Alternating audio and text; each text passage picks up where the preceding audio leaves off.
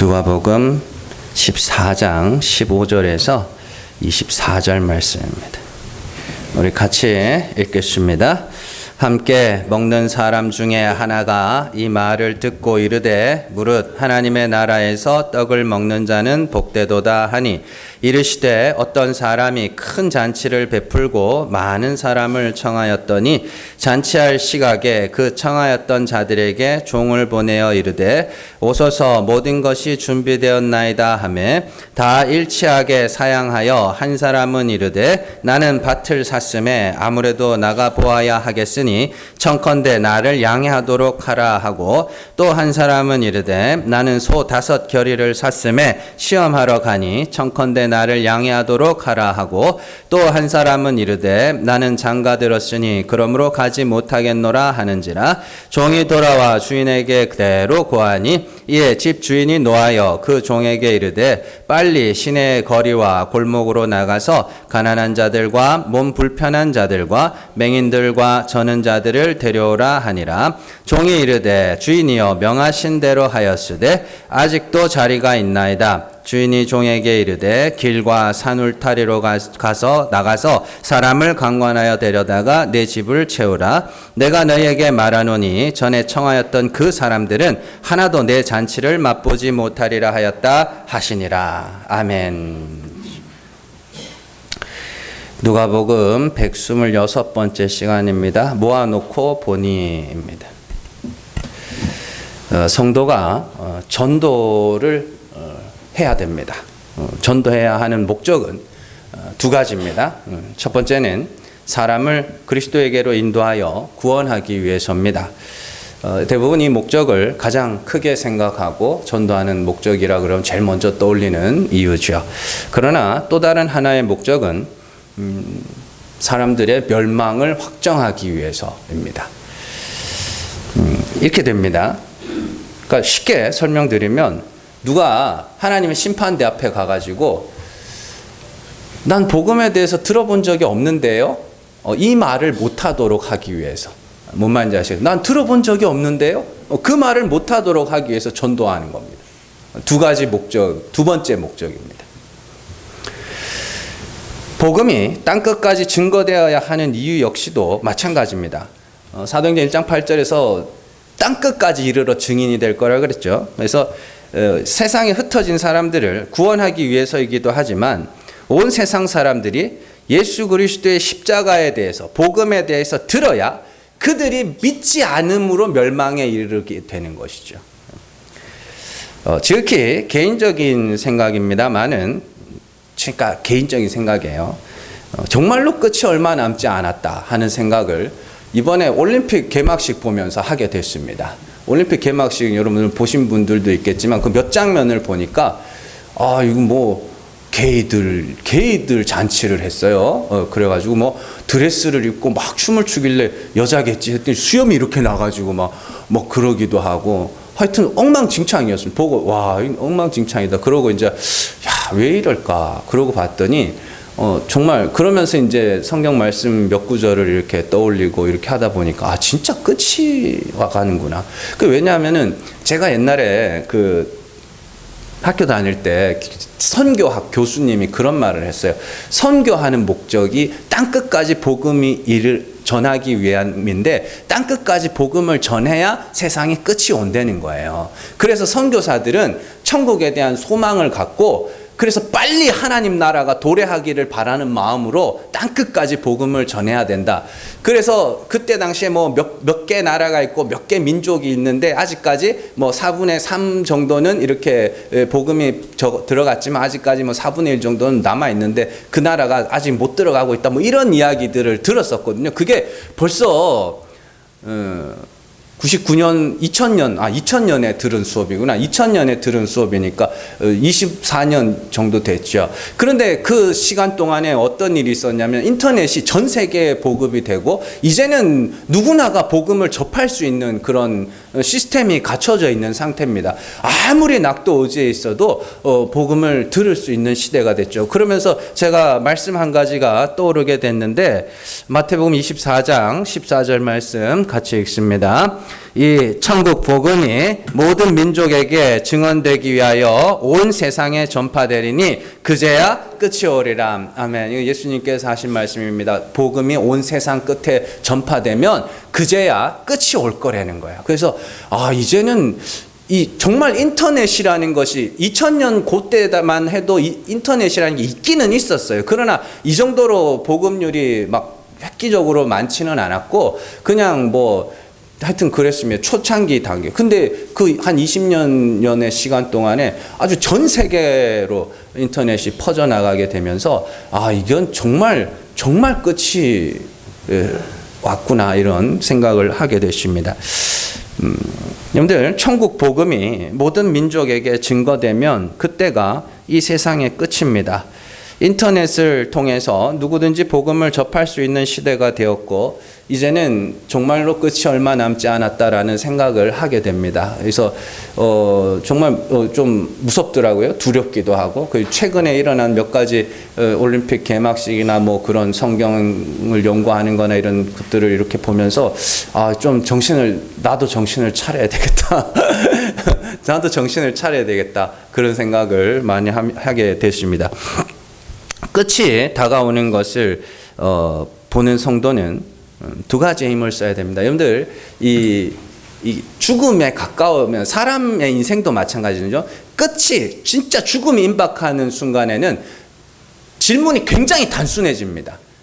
햄릿에 나오는 죽느냐 사느냐 그것이 문제로다. 그거. 근데 죽음이 임박하지 않은 사람들은 뭐 온갖 질문이 다 있어요. 근데 진짜 죽음이 임박한 사람들은 어떻게 해야 살 수 있을까? 이것만 고민을 합니다.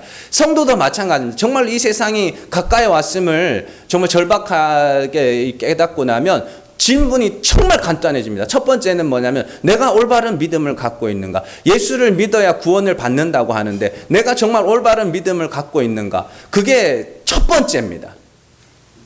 어떻게 살아야 될까 고민이 아니에요. 내가 지금 올바른 믿음을 갖고 있는가? 이게 첫 번째 과제입니다.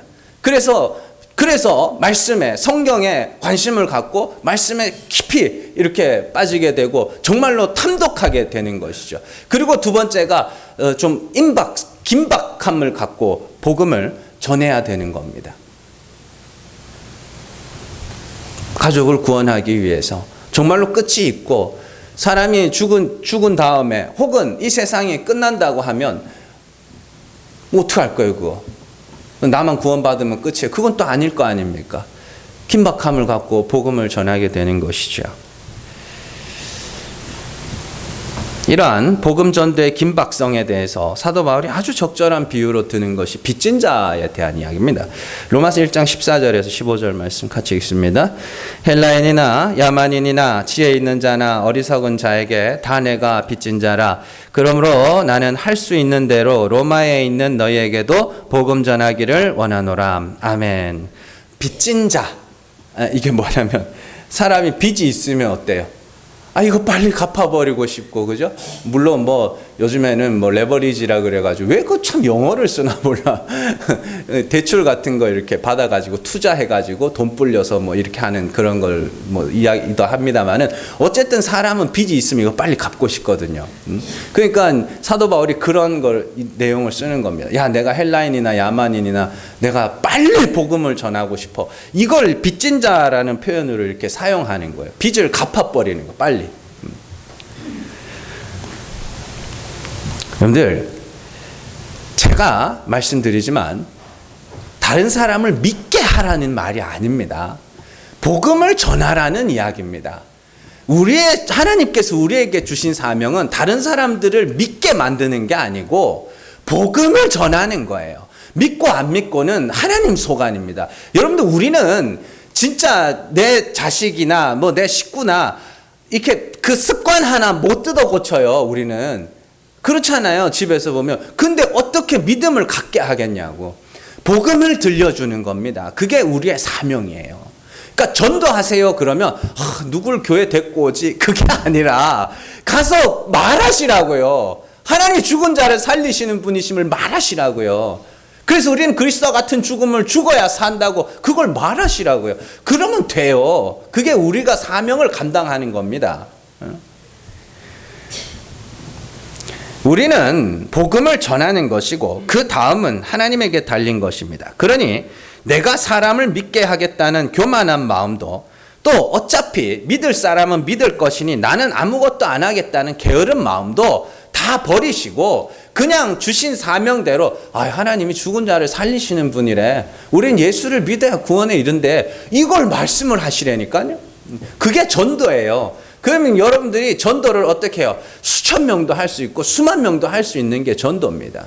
그러니까 이렇게 성경적인 전도에 대해서 가르쳐 주지 않고 교회를 뿔리는 전도만 실컷 배우다 보니까 어떻게 하면 사람을 교회 데리고 올까? 전도 그러면 어떻게 하면 사람을 교회 데리고 올까? 이것만 걱정하는 거예요. 올 사람은 오게 돼 있고요. 믿을 사람은 믿게 돼 있고요. 우리가 복음을 전할 때 우리 교회 안 나와도 그가 내가 전한 복음으로 말미암아 구원을 받으면 잘하는 거예요.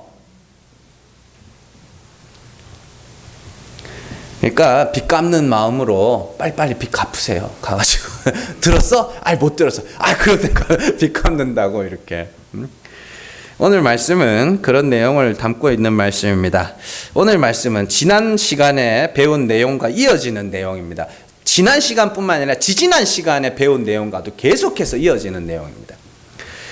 지난 시간에 예수님은 잔치를 베풀 때 도로 청하여 갚을 수 있는 자들은 청하지 말고 갚을 수 없는 가난한 자, 병든 자, 저는 자, 눈먼 자들을 청해라. 그래서 그들이 갚을 것이 없으므로 의인의 부활 시에 갚음이 되리라, 이런 말씀이 나오죠. 이건 단순히 잔치할 때 갚을 수 없는 사람들을 청하라는 이야기가 아니라 천국이 그런 곳이다라는 것을 예수님 비유로 말씀하신 겁니다. 그래서 하나님이 갚을 능력이 없는 자들을 구원하시는 이유는 첫 번째가 뭐였어요? 하나님의 은혜가 높임을 받기 위해서. 하나님이 구원하셨네요. 요거. 하나님이 구원하셨네요. 나는 구원받을 자격이 없는데 하나님이 구원하셨네요. 요 찬송과 그 영광을 받으시기 위해서라고 말씀을 드렸고요. 그러면 당연히 우리의 신앙의 방향이 결정이 되죠. 내가 갚을 것이 없는 가난한 자, 병든 자, 저는 자, 맹인의 자리로 가는 것이, 그 자리로 가는 것이 내 신앙의 방향이고, 그런데 그 자리로 가고 싶은 사람이 있어 없어요?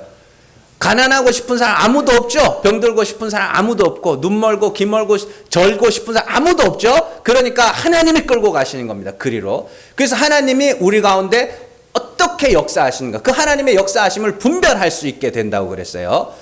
뭔 말인지 아시겠어요? 하나님이 우리를 낮춰 가실 때가 내 죄가 드러나고 내가 부끄럽고 이거 내 같은 게 어떻게, 이런 마음이 들 때가 하나님이 내 가운데 역사하셨다. 그게 역사하심의 방향이라고요. 그러면 하나님의 역사하심을 방향을 아니까 당연히 내가 싸워야 할 대상이 뭔지도 알겠죠. 부하고자 하는 마음, 스스로 강하고자 하는 마음, 이게 내 안에 있단 말이에요. 마귀의 역사, 그게 내가 싸워야 할 대상이라고 그렇게 제가 말씀을 드렸습니다. 자, 그런데 그 자리에 있던 사람들 중에 예수님의 이 비유의 내용을 정확하게 알아들은 사람이 하나 있었습니다. 15절 말씀 보세요. 오늘 말씀 15절 보시면 함께 먹는 사람 중에 하나가 이 말을 듣고 이르되 무릇 하나님의 나라에서 떡을 먹는 자는 복되도다 하니, 이렇게 되어 있습니다. 하나님 나라에서 떡을 먹는 자는 복되겠죠. 그 천국 잔치니까 복되겠죠. 당연히 그런 겁니다. 그러나 이 사람은 지금 예수님의 비유를 비꼬고 있는 겁니다. 예를 들면 이런 거예요. 외국인이 한국말 시험을 칩니다. 그래서 질문이 뭐냐? 문제가 다음 중 칭찬하는 말은 어떤 것일까요? 이게 문제입니다. 1번이 뭐냐면 잘한다, 잘해. 2번이 너 참 대단하다. 3번이 죽인다 였습니다. 그래서 어느 게 칭찬이에요? 죽인다가 칭찬이잖아요. 우리 실생활에서 와 죽인다, 이게 칭찬이잖아요. 잘한다, 잘해, 참 대단하다, 이게 다 비꼬는 말이죠. 지금 이 예수님에게 말한 사람이 그 이야기를 하는 겁니다. 왜냐하면 앞서 예수님께서 천국 잔치에 대한 말씀을 하신 거 아닙니까? 너희가 잔치를 할 때 가난한 자, 병든 자, 눈먼 자, 저는 자, 이런 사람들을, 그래서 갚을 것이 없는 자들을 초대해라, 그렇게 말했잖아요. 그러니까 이 사람이 가만 들어보니까 가난하고 싶은 마음도 없고, 병들고 싶은 마음도 없고, 그죠? 눈 멀고 싶은 마음도 없고, 절고 싶은 마음도 없어요. 그러니까 어이구, 천국에 갈 사람이 없네요. 그러니까 아이고 천국 가서 떡 먹는 사람 진짜 복 있는 사람 이런 이야기를 하는 겁니다. 지금 비꼬는 거예요. 누가 구원받아요? 그런 사람이 천국 가는 거면 누가 구원받겠어요? 이런 이야기를 하는 거예요. 자, 그래서 예수님이 또 다른 비유를 하나 말씀하시는 게 오늘 말씀입니다. 그 비유의 내용이 이렇습니다. 어떤 사람이 큰 잔치를 베풀고 많은 사람을 초대했습니다. 잔치할 때가 돼서 이제 종들을 보내서 이제 약속을 초청장 보냈으니까 오나 안 오나 확인을 해야 될 거 아닙니까? 종들을 보내서 확인을 시킵니다. 그런데 저마다 어떤 사람은 밭을 샀기 때문에 나는 못 간다고 하고, 어떤 사람은 소를 샀는데 시험하러 가야 돼서 못 간다고 하고, 어떤 사람은 나는 장가를 들어서 못 간다고 하고, 여러 가지 이유들로 못 간다고 합니다. 그 소식을 들은 주인이 종들에게 시내와 거리와 골목으로 가서 가난한 자들과 몸 불편한 자들과 맹인들과 저는 자들을 데려오라, 이렇게 이야기를 합니다. 지금 잘 보세요. 21절에 보시면, 자, 빨리 시내의 거리와 골목으로 나가서 가난한 자들과 몸 불편한 자들과 맹인들과 저는 자들을 데려오라 그랬죠. 여기 언급된 사람들이 앞서서 나오는 13절의 말씀 그 앞에 보시면, 잔치를 베풀거든 차라리 가난한 자들과 몸 불편한 자들과 저는 자들과 맹인들을 똑같은 사람들이죠. 요 똑같은 목록이 나와 있어요. 그러니까 같은 이야기라는 거예요. 자, 그러면서 그 갚을 것이 없는 자들을 데려오라고 하십니다. 자, 그러니까 데려왔어요. 근데 잔치집에 자리가 남아있네. 그 종들이 가서 이야기합니다. 이거 남았는데 어떡해요? 그랬더니 산 울타리, 길과 산 울타리, 이게 뭐냐면 경계를 이야기합니다. 이 지역의 경계를 벗어나서 사람들을 데리고 와서 잔치집을 채우라, 이렇게 이야기를 합니다. 여기서 산 울타리를 벗어난다, 이방인에 대한 구원을 이야기합니다. 예. 자, 여기서 중요한 것은 예수님께서 왜 이 비유를 하셨는가 하는 것이죠. 예수님이 이 비유를 말씀하신 이유는 한 사람이 아이고 하나님 나라에서 떡을 먹는 사람은 복되네요, 이렇게 비아냥거렸기 때문입니다. 이 말이 뭐냐면, 그런 사람들이 천국에 가는 것이라면 아무도 못 가겠네요. 또 앞에서 예수님 말, 그런 사람들만 청하라고 그랬죠. 그런 사람들만 청하라 그러면 우리는 안 청했는 거네요. 그죠? 그러니까 가난한 자들만 잔치에 청하라고 했으면 부자들은 뭐예요? 청하지 말라는 이야기가 되잖아요. 그래서 예수님이 이 비유를 하시는 겁니다. 그런 예수님의 비유의 핵심은 뭐냐? 내가 안 청했어? 내가 진짜 안 청하디? 복음이 가난한 자들과 왜 이렇게 많냐? 가난한 자들과 몸 불편한 자들과 저는 자들과 맹인들에게만 전해졌어? 너에게는 안 전해졌어? 제가 이 14장 시작하면서 그 말씀을 드렸는데 기억이 나시는지 모르겠네. 예수님은 가난한 자들, 병든 자들하고만 같이 계셨던 게 아니에요.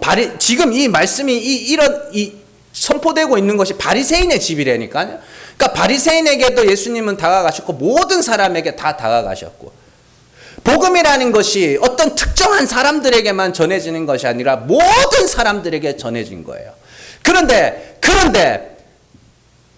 듣고 믿는 자가 갚을 것이 없는 자들만, 영접하는 자가 갚을 것이 없는 자들만 영접하더라는 겁니다.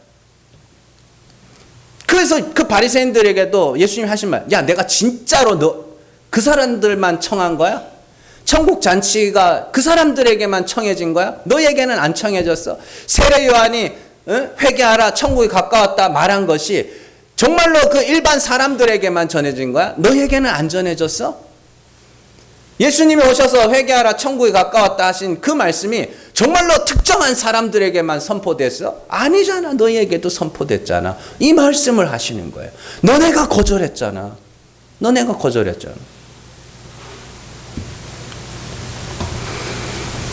톨스토이가 쓴 이제 안나 카레니나라는 소설 보면 첫 문장이 이렇게 시작합니다. 행복한 가정은 비슷한 이유로 행복하지만 불행한 가정은 여러 가지 이유로, 각자의 이유로 불행하다, 이런 말로 시작이 됩니다. 이 문장을 오늘 말씀에 비교해 보면 좀 이해하기가 쉽습니다. 구원받은 사람들은 비슷한 이유로 구원받지만 심판받는 사람들은 각자의 이유로 심판을 받습니다. 믿는 사람은 비슷한 이유로 믿지만 믿지 않는 사람은 다양한 이유로 믿지 않습니다.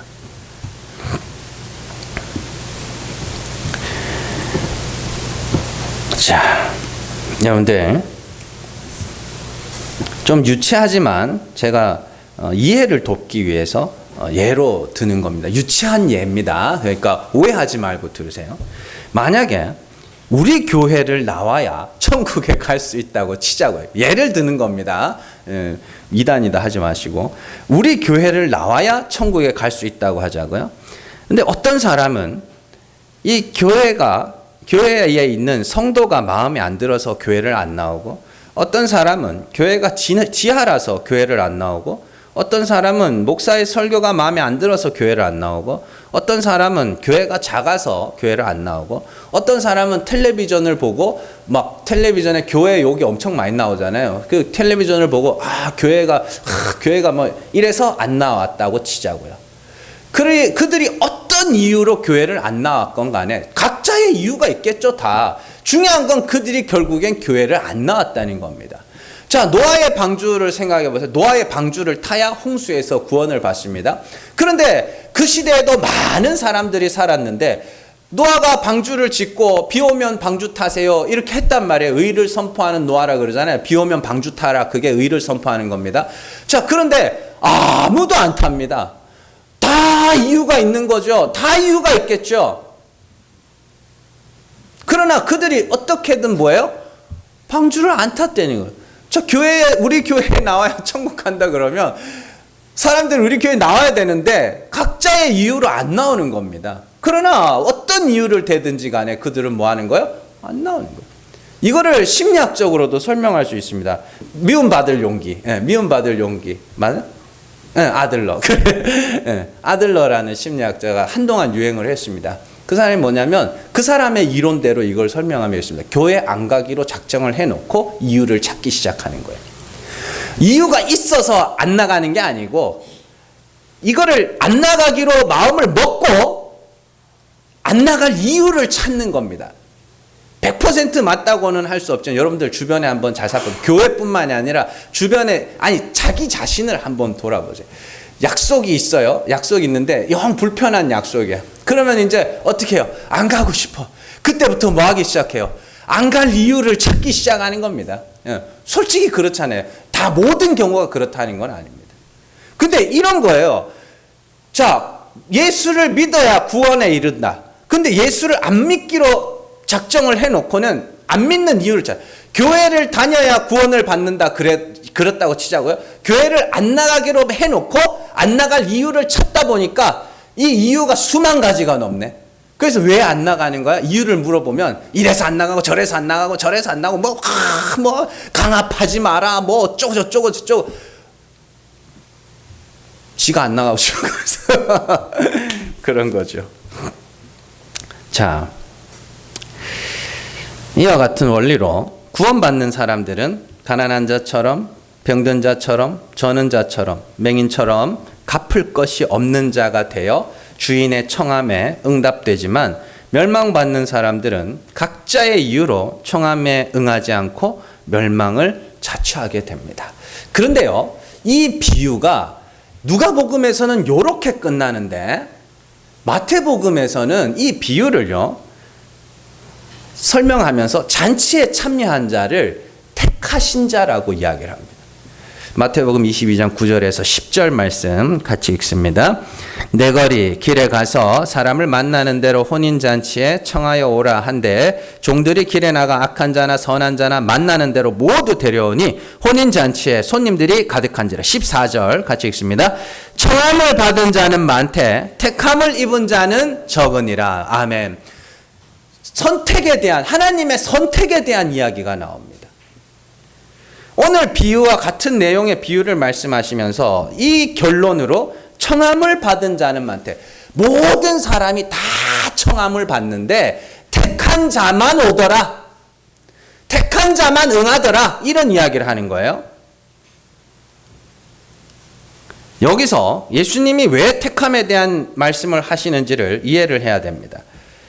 하나님이 택하신 자는 이 땅에서 갚을 것이 없는 자로 살아가게 되며 그들은 예수 그리스도를 믿을 수밖에 없도록 하신다는 뜻입니다. 이는 사도들의 책에서도 발견되는 내용입니다. 요한복음 1장 11절에서 13절 말씀 같이 읽습니다. 자기 땅에 오매 자기 백성이 영접하지 아니하였으나 영접하는 자 곧 그 이름을 믿는 자들에게는 하나님의 자녀가 되는 권세를 주셨으니 이는 혈통으로나 육정으로나 사람의 뜻으로 나지 아니하고 오직 하나님께로부터 난 자들이니라. 아멘. 제가 지금까지 이 비유의 내용을 잘 설명을 해드렸어요. 그래서 그 한 사람이 아이씨 그런 천국이면 아무도 못 들어가겠네요 이 말을 했잖아요. 그리고 가난한 자들만 초청하면 우리는 왜 안 청하냐고 그런 이야기를 하는 거 아닙니까? 자 11절 말씀 자기 땅에 오매 자기 백성이 어떻게 했다고요? 영접하지 않았다. 예수님이 유대 땅에 오셨죠. 유대인들은 스스로가 하나님의 백성이라 자부하던 자들이었습니다. 그들에게 하나님이 육신을 입고 오셨더니 아무도 영접하지 않아요. 그런데 개 중에 영접하는 자가 있는데 그들이 어떤 자들이냐? 하나님께로부터 난 자들. 이를 창세전에 택하신 자들이라고 이야기를 합니다.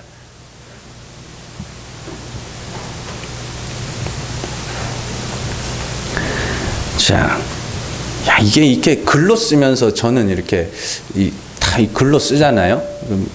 되게 머리를 많이 써야 되는 겁니다. 그래서 야, 이 참 아구가 잘 들어맞는다 이렇게 생각하는데 여러분들 잘 정리가 되시나 모르겠는데 어쨌든 많이 들어보세요. 여러분 잘 들어보세요. 자, 하나님께로서 난 자들만 그리스도를 영접하는 거예요. 뭔 말인지 아시겠죠? 아무도 자기 힘으로 그리스도를 영접하는 자가 없고 하나님께로부터 난 자들만 그리스도를 영접합니다. 그래서 이 관점으로 요한복음을 보면 아주 재미있는 걸 하나 발견할 수 있는데 예수님이 찾아가신 자들이에요. 우연히 가다가 어떤 사람을 만나는 게 아닙니다. 이해되세요? 요한복음에 특히 요한복음에 그런 부분들을 여러분들이 주목하셔야 되는데 예수님이 요한복음에 보면 가다가 이 사람도 만나고 저 사람도 만나고 막 나오죠. 그게요 예수님이 그 사람을 찾아가신 거예요. 우연히 어디 갔더니 그런 사람이 있어가지고 만난 게 아니고 그 사람을 찾아가죠. 제일 대표적으로 나다나엘의 이야기 생각을 해보세요. 나다나엘이 빌립이 먼저 예수님을 따르고 나서 빌립이 가가지고 야 우리가 그리스도를 만났다 했더니 무슨 나사렛에서 무슨 선한 것이 날 수 있느냐 그래서 야 와봐 그래서 데리고 가죠. 데리고 갔더니 예수님이 뭐라 그래요? 네가 나를 알기 전에 내가 무화과 나무 아래 있을 때부터 너를 알았다고 이야기하죠. 그게 뭐냐면 내가 내 이야기를 듣기 전에 나는 이미 너를 주목하고 있었어. 나는 내가 먼저 알고 있었고 네가 나한테 올 줄 알고 있었고 그걸 더 들어가면 너는 나한테 와야만 하는 자야. 이렇게 이야기가 진행이 됩니다.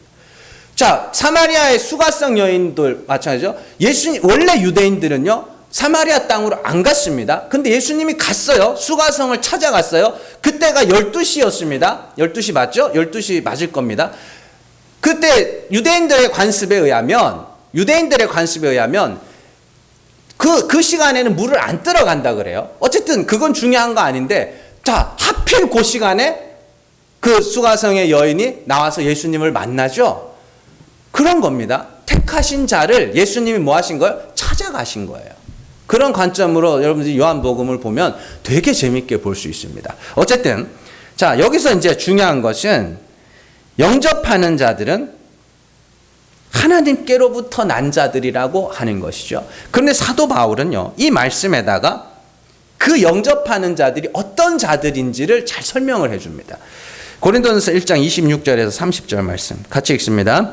형제들아 너희를 부르심을 보라. 육체를 따라 지혜로운 자가 많지 아니하며 능한 자가 많지 아니하며 문벌 좋은 자가 많지 아니하도다. 그러나 하나님께서 세상에 미련한 것들을 택하사 지혜 있는 자들을 부끄럽게 하려 하시고 세상의 약한 것들을 택하사 강한 것들을 부끄럽게 하려 하시며 하나님께서 세상의 천한 것들과 멸시받는 것들과 없는 것들을 택하사 있는 것들을 폐하려 하시나니 이는 아무 육체도 하나님 앞에서 자랑하지 못하게 하려 하심이라. 너희는 하나님으로부터 나서 그리스도 예수 안에 있고 예수는 하나님으로부터 나와서 우리에게 지혜와 의로움과 거룩함과 구원함이 되셨으니. 아멘. 잘 보세요. 하나님, 너희는 어떻게 하나님으로부터 났다. 요한복음 1장에서 하나님께로부터 난 자들이 그리스도를 영접한다 그러죠. 그런데 하나님께로부터 난 자들이 어때요? 미련한 자들이며 약한 것들이며 천한 자들이며 멸시받는 자들이며 없는 것들이다. 이렇게 되어 있죠. 그렇게 되어 있습니다. 그러니까 이거를 합치면은 어떻게 되냐면 하나님께서 창세전에 택하신 자들은 이 땅에서 없는 자요, 미련한 자요, 어리석은 자요, 천한 자요, 멸시받는 자로 살아가게 된다는 것이죠. 자, 그래서 하나님께서 택하신 자들은 그들의 삶을 인도하셔서 그리스도를 영접할 수밖에 없도록 만들어 가신다는 이야기입니다. 그렇다면 구체적으로 하나님은 어떻게 우리가 갚을 것이 없는 가난한 자로 만드시는가? 돈 없는 가난 아니라 그랬습니다. 의가 없는 가난이에요. 죄인, 내가 너무 큰 죄인이라 내게는 의가 하나도 없는, 그래서 하나님이 불쌍히 여기셔야 구원받을 수 있는 그걸 가난한 자, 병든 자 이렇게 이야기를 하는 겁니다. 어떻게 하느냐? 간단합니다. 하나님은 우리의 죄악을 절대로 감춰주시지 않습니다. 여러분들의 인생에 들킬까봐 조마조마하다가 안 들켜가지고 10년 감수했네 이런 거 없습니다. 그게 있으면 하나님이 여러분들을 사랑하시는 게 아니에요. 여러분들의 죄는 보이는 죄나 보이지 않는 죄나 하나님이 반드시 드러내실 겁니다. 반드시 보게 하실 것이고, 그래서 예수 아니면 구원받을 길이 없는 자임을 완전히 깨닫게 하실 겁니다. 그걸 체험적 신앙이라고 하는 겁니다. 어디 기도원 가가지고 엎어지고 자빠지고 이상한 거 보고 한 일주일 굶고 나니까 막 저 구석에 뭐가 시커먼 게 보이고 이런 거는 밥 먹으면 나아요. 그런 게 아니라 진짜 체험이라는 건 뭐냐면 내 삶에서 내 죄가 내 눈에 보이기 시작하는 거예요. 그래서 이 인생이 예수가 아니면 구원받을 길이 없구나. 그게 하나님이 여러분들 가운데 역사하셨고 하나님이 여러분들을 택하셨다는 증거고 하나님이 여러분들을 사랑하신다는 증거예요. 요한복음 3장에서 예수님이 거듭남을 설명하시면서 뭐를 예로 드셔요? 노뱀을 예로 드십니다. 자, 광야에서 하나님이 불뱀을 보내셔요. 그죠? 그리고 다 물려서 다 죽습니다. 불뱀에 물리면 30분 만에 죽는다 그래요. 그러면 물리면 곧 뭐예요? 물리면 죽는 거예요. 그리고는 하나님이 노뱀을 세우시죠. 그리고 뭐라 그러냐? 민수기에서 뭐라 그러냐면 불뱀에 물린 자마다 노뱀을 쳐다본즉 살더라. 그러면 그 노뱀이 예수 그리스도라고 합니다. 노뱀이 들린 것처럼 인자도 들려야 하리라. 예수를 봐야 영생에 이르러요. 그러면 예수를 보도록 하려면 하나님이 뭐 하시겠어요? 불뱀으로 물어 죽이셔야 돼요. 그 불뱀으로 물어 죽이신다는 게 뭐냐면 내가 죽어야 될 죄인이구나. 나는 죄사함 받아야 하는 죄인이구나. 나는 십자가에 못 박혀서 죽어야 할 만큼 저주받아 죽어 마땅한 죄인이구나. 이 자리까지 떨어뜨리셔야 비로소 노뱀이 내 눈에 보이는 거예요. 그걸 체험적 신앙이라고 하는 겁니다. 여러분들이 체험해야 되는 건 그런 겁니다. 나 왜 이렇지?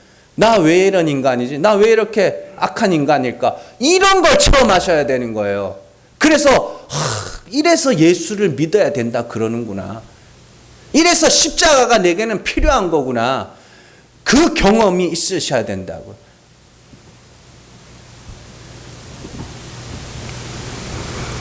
복음은 모든 사람에게 전해져야 합니다.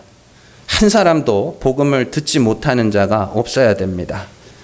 그러나 사람들은 각자의 이유로 회개하지 않을 것이며 각자의 이유로 그리스도를 영접하지 않을 것이며 각자의 이유로 복음에 순종하지 않을 것이며 각자의 이유로 믿지 않을 겁니다. 왜냐하면 복음은 택하심을 입은 자 외에는 이해할 수도 없으며 택하신 자 외에는 그리스도를 영접할 수도 없기 때문입니다. 고린도전서 1장 23절에서 26절 말씀 같이 읽습니다.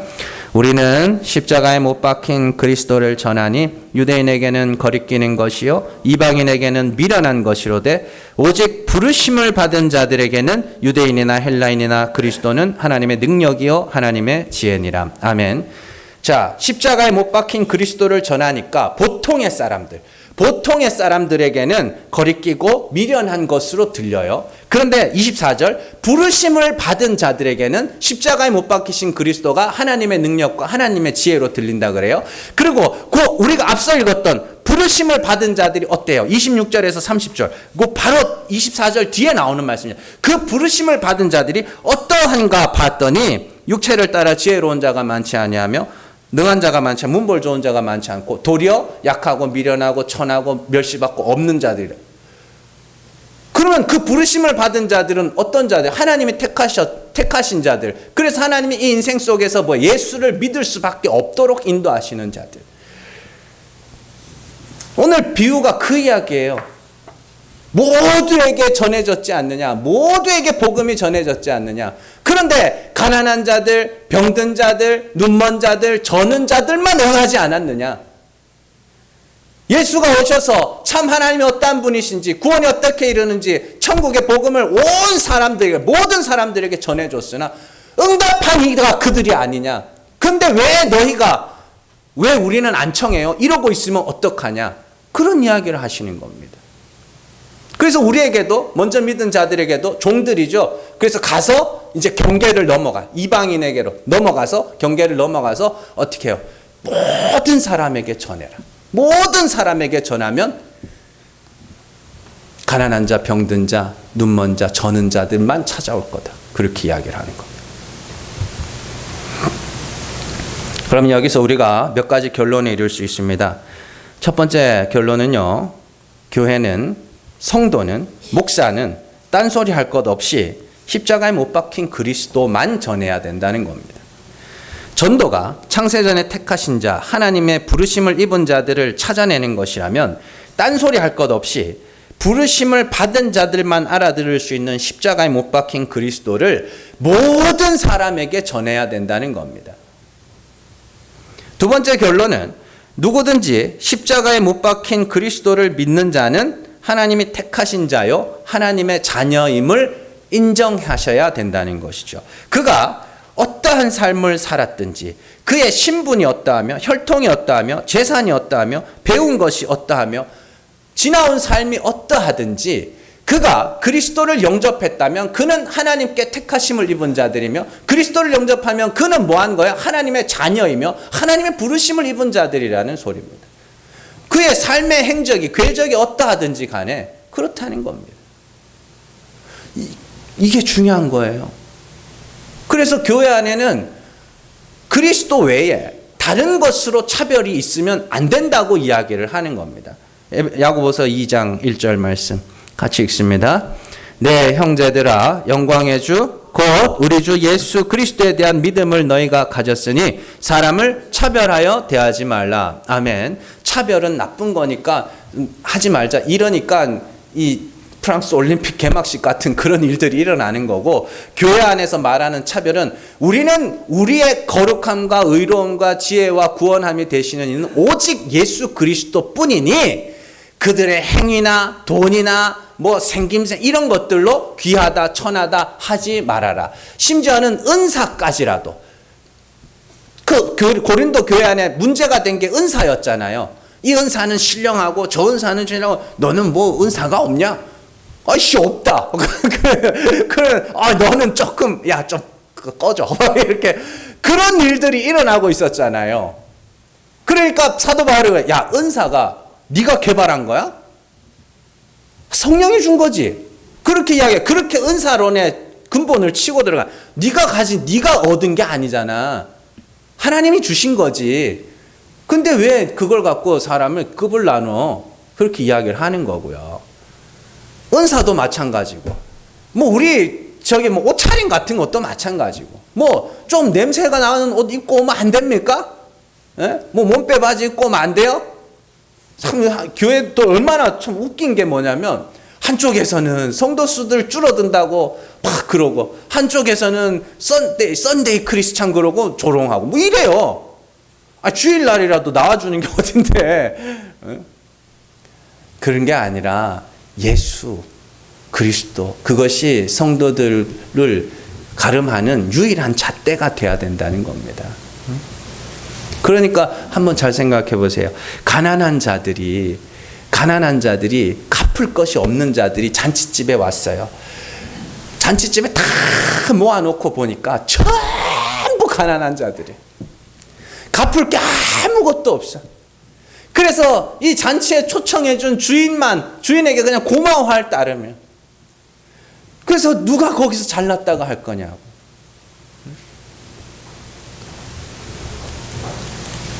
세 번째는, 숫자는 결코 중요하지 않다는 겁니다.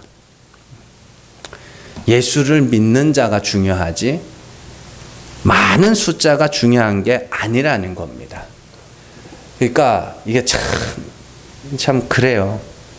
제가 이렇게 우리 교회, 저는 많다고 생각하는데 왜 이렇게 많이 오셨어요? 예수를 믿는 자가 중요하지 얼마나 많이 다니느냐 이런 건 사실 중요한 게 아닙니다. 여러분들, 하나님께서 사람의 숫자에 크게 연연해하지 않으신다는 걸 기억하셔야 돼요. 노아 방주 때 살아남은 게 겨우 8입니다. 소돔과 고모라 때 살아남은 게 셋이에요. 셋. 올바른 믿음을 갖는 게 중요한 거지 얼마나 많은 사람이 모이는 건 사실 중요하지 않습니다.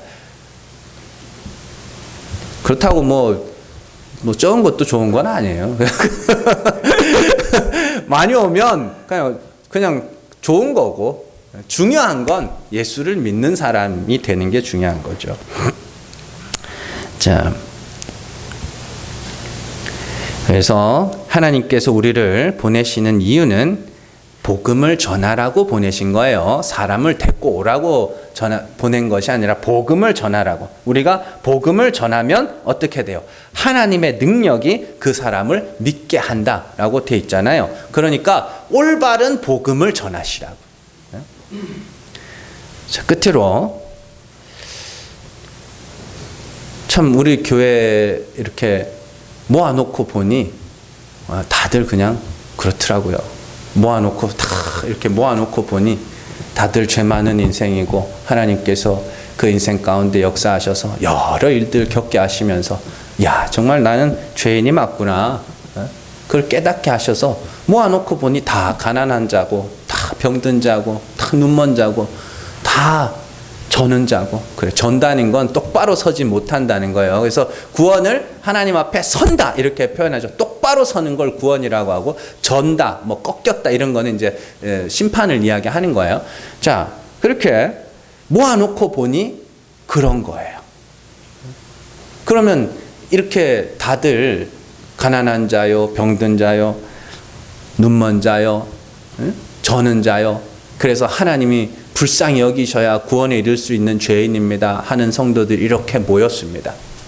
그러면 이제 뭐예요? 모아놓고 보니 다 그런 자들인데 서로 잘났다 할 자가 없고, 서로를 바라볼 때도 뭐예요? 그리스도를 영접한 당신이 하나님의 자녀입니다. 당신이 하나님이 택하신 자입니다. 당신이 하나님이 부르신 자입니다. 그러면서 서로를 뭐 하게 되냐면 존중하게 됩니다. 존중한다. 이게 아니라 네가 예수를 믿는 당신이 하나님의 자녀입니다. 예수를 믿는 당신이 하나님의 자녀입니다. 그래서 쓸데없이 다른 사람들을 까내리지도 않고, 또 쓸데없이 다른 사람들을 높이지도 않고, 예수 그리스도 안에서 서로를 바라보게 되고, 그들의 약점이 드러난다 할지라도 그래서 예수를 믿는 거지 라고 이해하게 되는, 그래서 교회는 평안하게 되는 겁니다. 화목한 교회가 되는 겁니다. 늘 잘 기억하시고, 하나님이 우리를 인도하셔서 가난하게 하셨으니 정말로 예수만 의지하고 예수의 이름만 찬송하고 아들을 내어주신 하나님의 은혜만 높일 수 있는 여러분들 되시기를 주님의 이름으로 축원합니다. 기도하겠습니다.